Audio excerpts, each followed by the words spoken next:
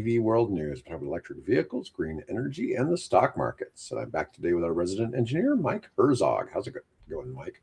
I am back, ready to talk EVs. Good, good. Well, sadly, I don't have a lot of actual EV articles today. It really was. I was thinking about that the other day, and every once in a while, it's like there's just not any EV news. I mean, it's not exciting. There's no new breakthroughs. Nobody has mergers and acquisitions or new models to announce. It's just Well, and also the fact I do a show on Tuesday and Friday with Bill, and we get an awful lot of just possibilities. and there's only so many articles. Like Tesla sales projections off by 0.34%. Those that's only so many of those you can talk through. There was kind of an interesting article. Google and Tesla think we're managing the electrical grid all wrong. Okay. And so their feelings, they're arguing the electrical grid is being underutilized, and they want everyone, especially politicians, to know it. The three companies involved are HVAC giant Carrier, virtual power plant company Renew Home, distributed energy resource developer Spark Fund, and a smart electrical panel startup called Span founded a new group called Utilize to get that message across.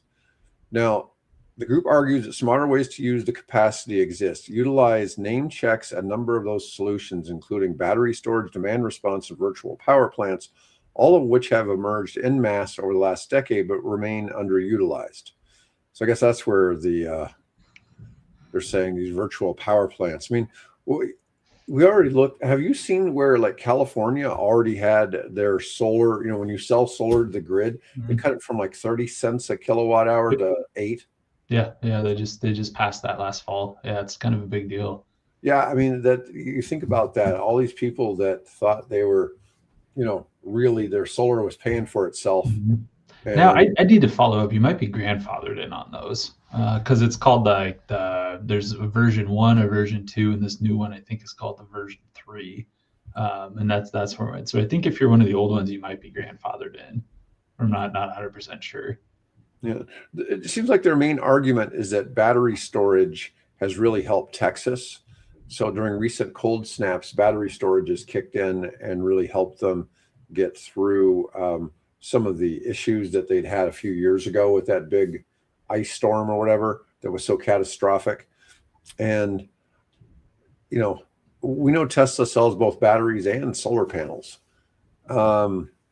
It's just more of an argument that there needs to be a lot of more use of, selling more energy back. What they're saying is correct, but it's just a little disingenuous because it's you read the companies that are doing that, and it's yes, we want the grid to go here. It's the federal government has said it, utilities have said it, regulators have said it. Everybody says this is the way the grid should be planned and operated.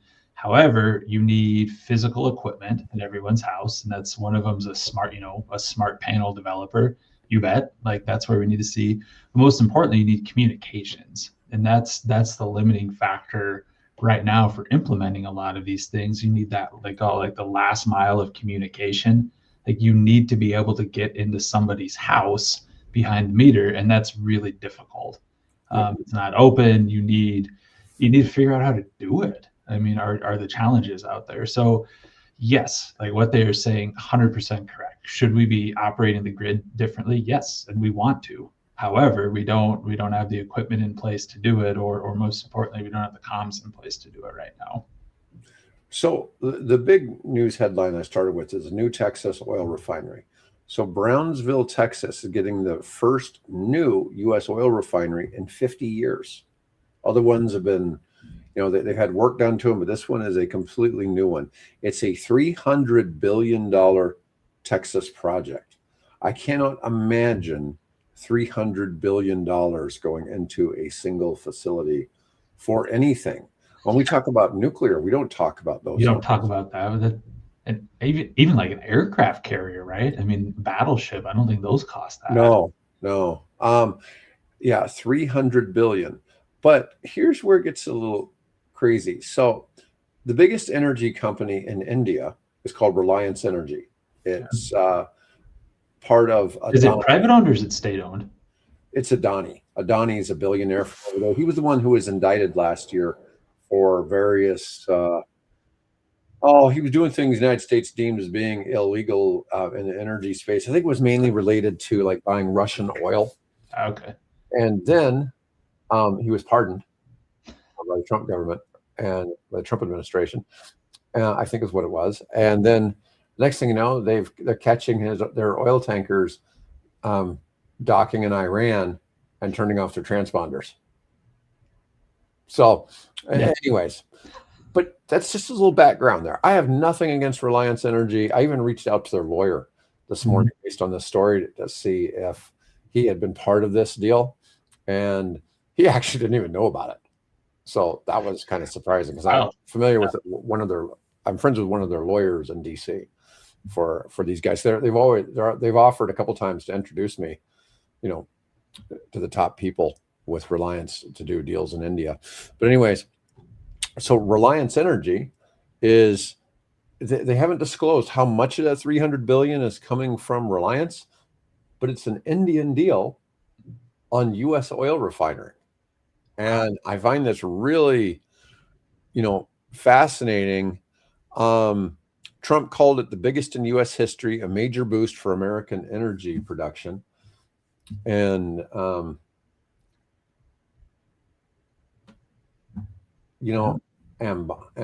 Reliance is owned by the Ambanis. Oh, well, then maybe Reliance is a little cleaner. But I know that the lawyer I deal with is affiliated with both. So, anyways, so Mukesh Ambani runs Reliance Industries. I think he's the CEO. I believe that Adani is the largest owner in Reliance. I have no idea. Yeah. Anyways, well, what he was just saying there, but Mukesh Ambani, that Yogi mentioned in the chat, says that Reliance Industries will partner in building the first new oil refinery in the United States in 50 years. Now, I get this from the India Times. Okay, so I have not, I was just looking at basic headlines this morning, and I did not see that come up. So maybe news is still coming over here. Well, but I think it's U.S. news. I saw it other places as well, but I chose to take it because I got an email. I got an email from the Economic Times that's part of the India Times, and because their Economic Times is mostly energy news. So anyway, I can't believe we haven't built a domestic oil refinery in 50 years. Isn't that crazy?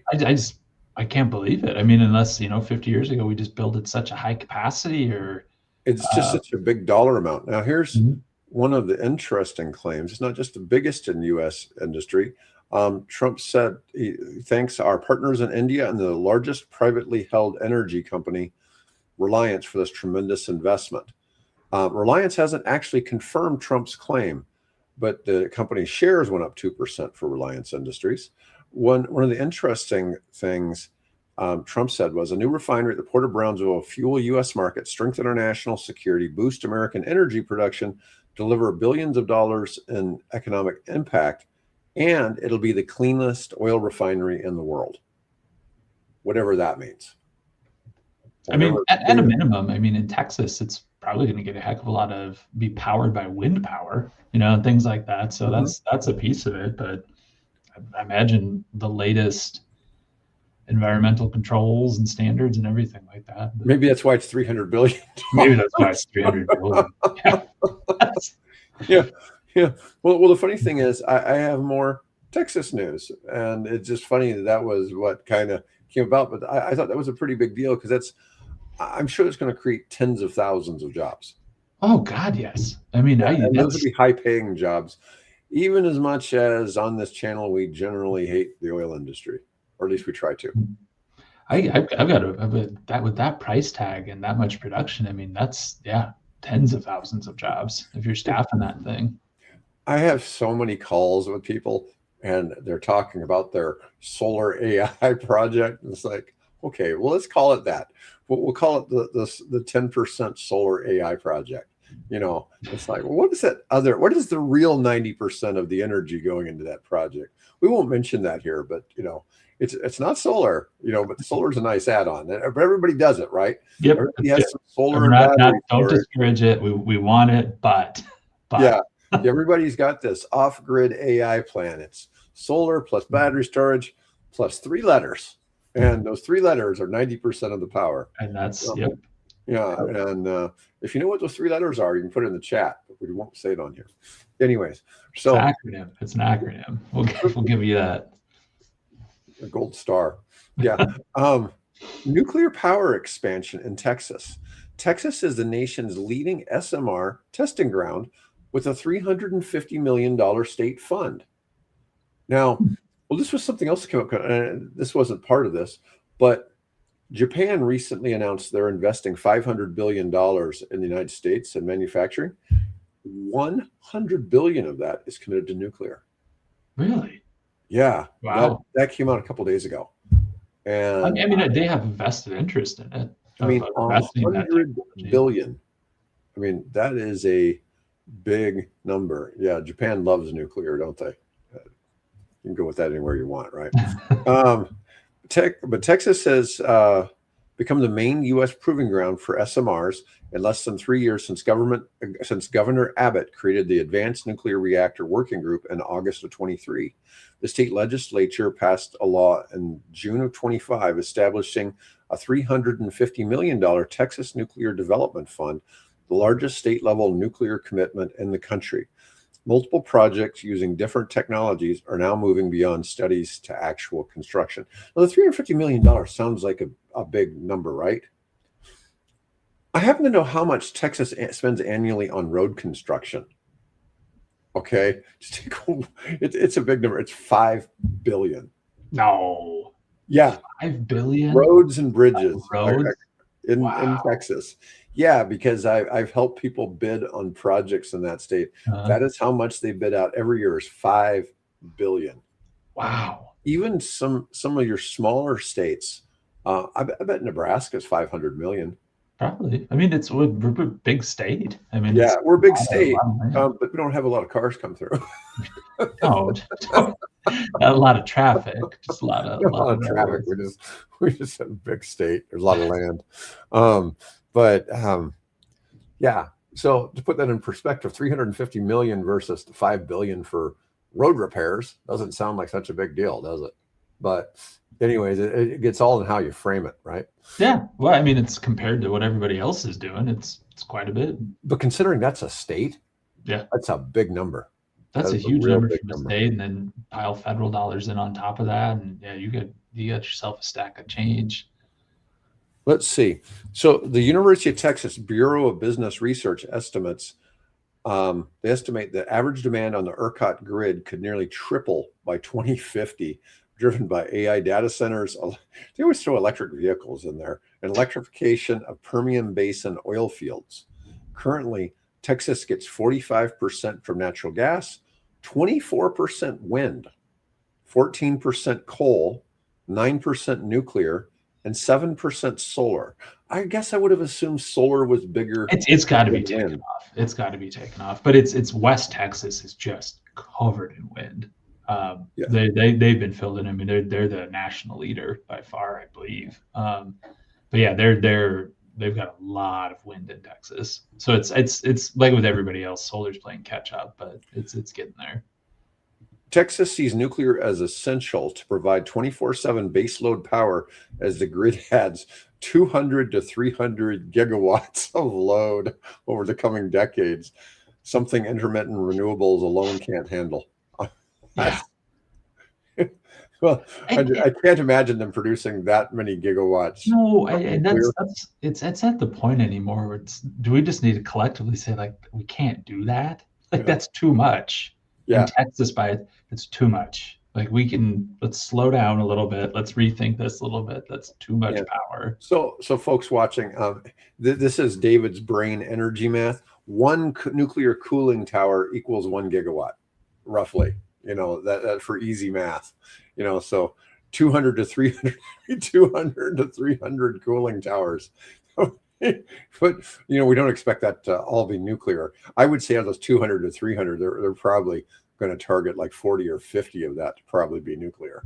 Yeah, but still, dang. That's, Yeah, that's a lot of it's power. so much. It is so much. And that's I'm aging myself anymore. But when I started in this industry 20 years ago, like 2 megawatts would have been a big project. That's 2 to 5 megawatts. That's a manufacturer coming into town. That is a big deal. So now we're talking in terms of gigawatts at a single Right. location. It's unfathomable how much load that actually is, and how much power demand that is. How much power the United States uses? Yeah, I mean, it's I'd be curious what the statistic is of all the world's electrical, how much is consumed by the United States. I mean, it's I going don't to know be, that we could find that. I bet that's out there. I'm sure it is. I bet the IEA's got all that stuff. Let's see. So the first industrial SMR could power Dow chemical plant by early 2030s. X Energy, backed by $1.2 billion from the DOE's Advanced Reactor Demonstration Program, plans to build 4 80-megawatt reactors at Dow Chemical's Seadrift plant on the Texas coast. This will be the first commercial-scale SMR deployment in the U.S., expected to start producing power for the plant and sending excess electricity to the grid in the early 2030s. Now, I noticed they're being really vague. This is a huge milestone. No SMR has reached commercial operation in the U.S. yet. When I talk to folks, I'm so vague. Vague about what a real timeline is, because I don't know. I mean, I was speaking to somebody about fusion, and it's like, yeah, but fusion's still decades away, and it's like, well, these companies keep saying it's going to be in the next by 2030, 2031, and like, there's no way. There's no supply chain. There's no way. I mean, you would have a hell of a time building a coal plant, by 2031 if you started today. That kind of thing. It's just, and it's supply chain, and it's all of the things in procurement and construction, and with those type of technologies, it's just you couldn't do it. So I went to visit a friend's facility in Florida for part of a commercial site we're developing, and he runs his stone distribution, and he's saying, yeah, this used to be a steel plant, and it's like 3 generations of people in that town used to work at that steel plant. It's shut down. He bought it and he converted it to granite countertop distribution, and he brings in the slabs from Brazil and distributes them from there. And I'm like, you've got a steel plant? That means you have some really big transformers around here. You could really pump some data. He goes, I was thinking about mining Bitcoin in the office. Like, well, yeah, but I'm like, we can do a lot more serious about it, because I've had somebody in the waste to energy space wanting to do something nearby there, and I'm trying to help them out. And it's funny because I'm like, hey, and I found a data center interested in buying that energy and buying the output. Yeah. And I'm like, we've got serious power transmission here, at least at our site. It's like, it might as well be doing something with it. It's a shame to let that go, because it's scarce. I mean, that's scarcity in the industry right now. If you have a spot that already has its carve out of how much power it has in the facilities, like that's it. There's not many of those left. Yeah, a Bitcoin mining facility could have just went right in there and used that infrastructure. It's just so funny that he's got that, and it's like, well, I'm thinking he's talking about like 100 rigs or something like that. We're not talking like bringing in thousands and shipping containers and stuff like that. No, just for fun. I mean, have it humming, but yeah, it was just kind of funny. It's like, man, you could really power some serious industry right here. You could put a data center on this site with this, and you'd already have a lot of the infrastructure in place. What's interesting more is that we have a CSX railroad junction, and I couldn't tell you how many calls I get from people wanting to know about using that railhead for something. Rail. Apparently that's not that easy to get. So anyways, another company, Natura Resources, is building the nation's first advanced liquid fuel research reactors in 40 years at Abilene Christian University, with 240 million in funding, 120 million private, and 120 million from the Texas legislature.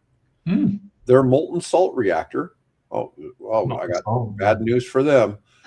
Design doesn't just generate 100 megawatts of electricity. The waste heat can drive thermal desalination systems to treat contaminated water from the Permian Basin oil operations. The research reactor claims to be operational by end of 26 or 27. This dual use capability is perfect. But what do they not have to make molten salt? Lithium-7. Who do they have to buy lithium-7 from? One of two places. It runs Russia, and he says no. So I don't know. Unless that war ends sometime soon, that's not happening. Okay. You know, and it's not that I try to just crap on everybody's ideas. It's just I really, well, we've learned in the energy space to look at everything with skepticism. Yep. You know, you have to, and it's that entire supply chain.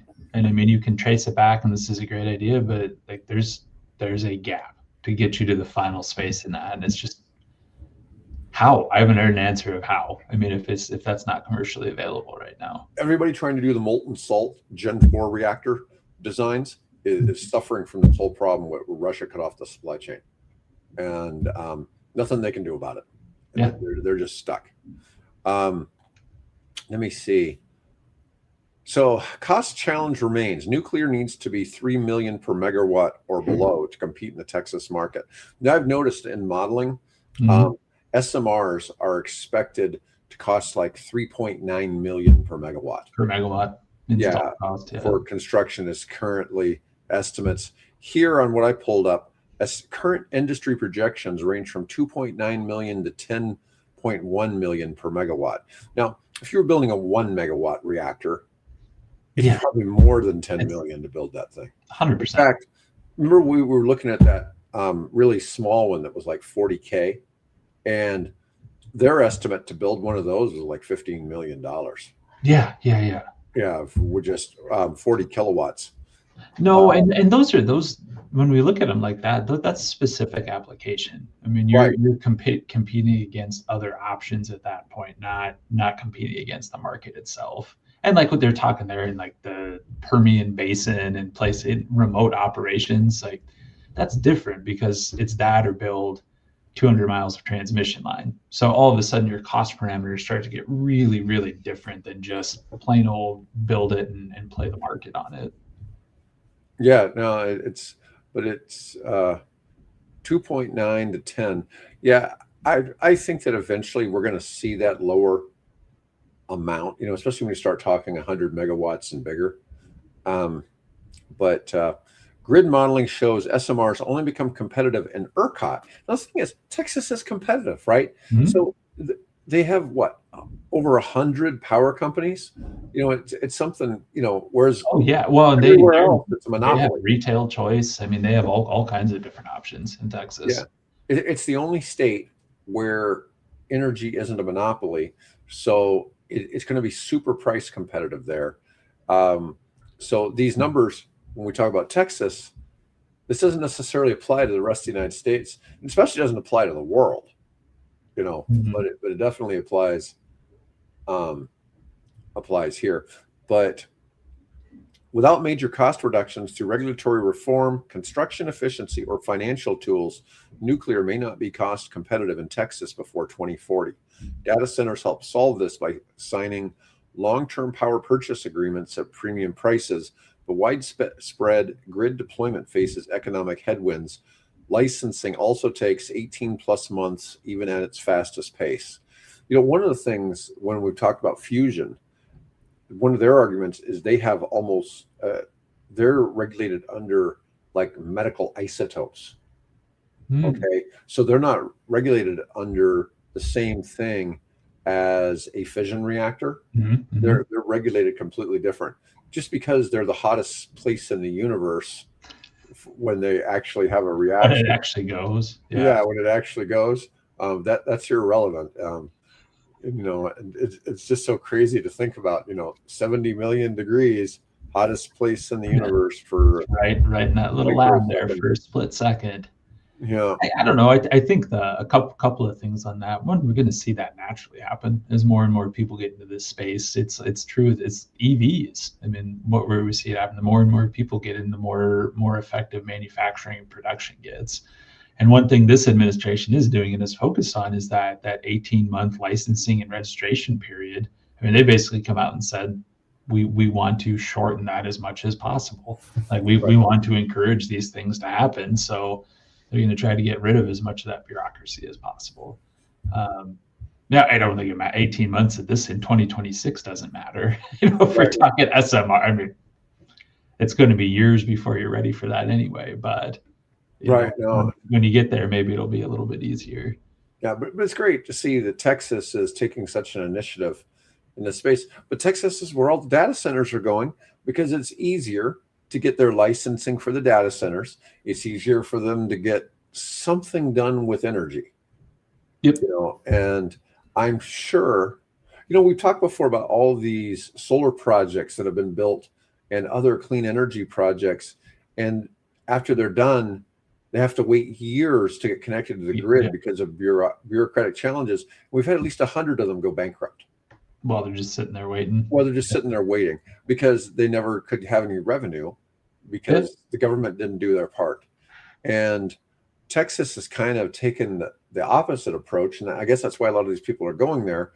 But a lot of them are paying and having their own, gas burners, their own solar. They're setting up their own microgrids. And Texas has capacity at this point in certain places on the grid, especially closer to the wind. There are capacity opportunities in Texas. It's about the last place left, and they're going really fast. There's not much of it left, but but they have opened up the door for people, and we call it in the industry like bring your own generation. If you can solve your own problem, go ahead. Yeah, don't wait on the government. Mm-hmm. BYOG stands out for like bring your own government, though. Sounds like. All right. The European Union launches a 75 billion euro clean energy strategy. On March 10th, which was yesterday, the European Commission adopted a new clean energy investment strategy designed to de-risk projects and attract private capital. Backed by European Investment Bank, the initiative specifically highlights support for small modular nuclear reactors and a 500 million euro pilot for energy efficiency as a service models to modernize the grid.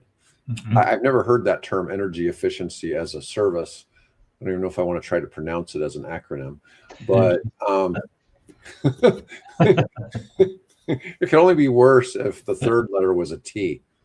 But because it's EAA. That's very funny.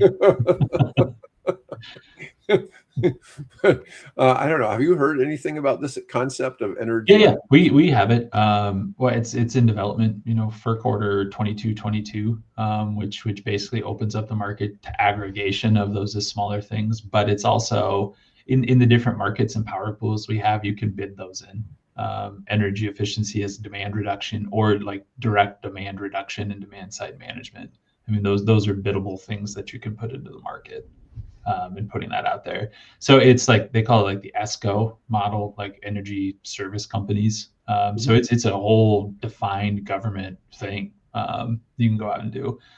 So like a government federal office will come out and say, we want this building to become more efficient. Here's the ESCO playbook. Companies come out and do energy efficiency as a service. Okay. Yeah. So it's a big deal stateside. Okay, so here's the a real non-newsworthy article. Lucid Gravity adds smartphone integration via over-the-air software update. So apparently, while a whole bunch of other car manufacturers are going away from Apple CarPlay and Android Auto, Lucid's embracing it, and they're doubling down on the features standard for all new Gravity and Air models. Because a whole bunch of your car companies have now decided they're going to drop those. Really? Go to their own in-house thing. Yeah, it's like GM and Ford. Really? I hadn't heard that. That's so disappointing. Yeah, yeah, It just works right now in between right. vehicles, inter-vehicle operation. It operates the same way. It's easy. It just don't don't go break it. Yeah, yeah, I know. Apple CarPlay is very nice when it It's just works. it works, and it works the same in every vehicle. Like if you want to switch to CarPlay mode, yep. Yeah. Hey, like yeah. All right. Used EV market hits a tipping point. Reuters report today highlights a massive surge in the U.S. pre-owned EV market. Rapid battery advances and the fading of new car federal incentives have pushed EV prices closer to the gasoline counterparts. The price gap narrowed to approximately $1,300 in January. This shift is turning the secondary market into the primary entry point for buyers who were previously priced out. So the average used EV sale is only $1,300 more than the average gas Combustion. car. Yeah, and that's kind of an interesting statistic. Like I was telling you, I've seen you can pick up used Jaguars and Audis for under 25,000 now, and that just seems ridiculous because you think about those are brands that aren't known for reliability, right? Like you're supposed to get rid of them before 50,000 miles, and that's not the case with an EV because you've already gotten rid of most of the bad things. Of course, when you have a lot of little luxury features like door sensors and all these things, those things can all fail. They're going to be expensive to fix. Yeah, it's all stuff that can break. All modern vehicles, little toys. Yeah, things that break. I remember one time, some stupid door sensor in one of my passenger doors in one of my vehicles went out, and once a minute, this alarm would go off in the car. Ding, ding, ding, ding, ding, ding. Yeah, there's a door open. Yeah. Yeah, kind of like that. And oh my God, what a freakish thing. It was so annoying. I mean, I got it in the next day because it was critical, but it's like, damn. It's like there needs to be a way to disable that noise. Yeah.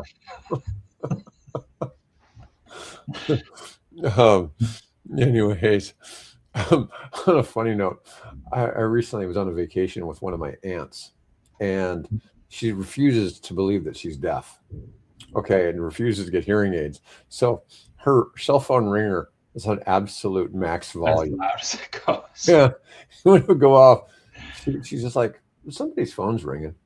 It's like, well, I mean, the neighbors, the people down the street, everybody can hear it. It's obviously it's your phone. If nobody else would ever turn their phone that loud, I was trying to suggest you get a new iPhone with the new AirPod Pro 3s, that have the hearing aid function. It's a cool feature where it integrates to your hearing aid and a lot of those. I mean, it's really neat what some of that does. Yeah, I've thought about getting that for the language interpretation. Oh yeah. Yeah. That would be cool to see. I mean, it's really cool tech. Okay. Here's one that I kind of was surprised about. Green hydrogen milestone in Wales. So a company called Trafigura's Morgan Energy reached a final investment decision today for a 20 megawatt green hydrogen project in Milford Haven, Wales, built on the site of a former oil refinery. So we know they have energy hookups there, right? It is one of the first in the UK to reach this stage under the new low carbon hydrogen standard. Construction begins later this year with a focus on decarbonizing heavy industry and port operations. Yeah, we can always talk about the economics. I'm really curious about how bad the economics of that whole project are. Like I said, I've seen recently some hydrogen ideas that defy the traditional hydrogen economics because they're producing the hydrogen where it's being utilized. But and in this case, if they're building it at the port, there isn't going to be a lot of transportation and infrastructure costs. I'm still curious how that math works out. If it's only 10% more expensive than diesel and bunker fuel to produce the same energy output, it's going to burn cleaner. Yeah. No, there's the extra benefits. You've got some insulation against, fuel volatility prices. There is something there, but boy, I'm with you. Show more out of curiosity. Let me see. I want to see how that pencils out. and how everything ends up working out with that. Well, and I guess it's domestic fuel production, right? Like I That's always true. tell people, it's like, an EV burns 100% American-made electricity. There you go. There. It's like what could be more American than that? You're driving Well, I don't know what the energy output of with American-made electricity. But maybe 20 megawatts is a big deal in Wales. Like that could be a big chunk of it. It could be. It could be. It's so funny though how that sounds small compared to some of these other things we keep talking about. I mean, energy usage has just gotten out of control. 20 megawatts would be small for a production facility. You know what I mean? Like that's I don't know. Like that. Yeah. Well, we'll see how they do. A coal plant, you probably wouldn't do smaller than 400 megawatts, right? That'd be any more. That'd be pretty small too. I mean, if we were going to build one, yeah, I think if it was going to be me, I would go quite a bit bigger than that. Like a gigawatt. Yeah, I'd try to. Yeah. I mean, that's a big change when you're talking 50x. Yeah. From that. But when I've been talking to people about the waste to energy size, one of the investment bankers I deal with, he suggests that you do it just in 10 megawatt tranches, and you might build 40 facilities over some geographic area, but you just keep doing 10 megawatts at each trash intake location and do it there, because it just seems so hard to look at these ideas. I mean, I see people trying to do 100 megawatt projects. I'll tell you, the levelized cost of energy on that stuff is quite fascinating, because it's actually pretty cheap to do here in the Midwest. But the number in Hawaii was almost double, and the number to do it in Puerto Rico was triple what it cost to do in the Midwest.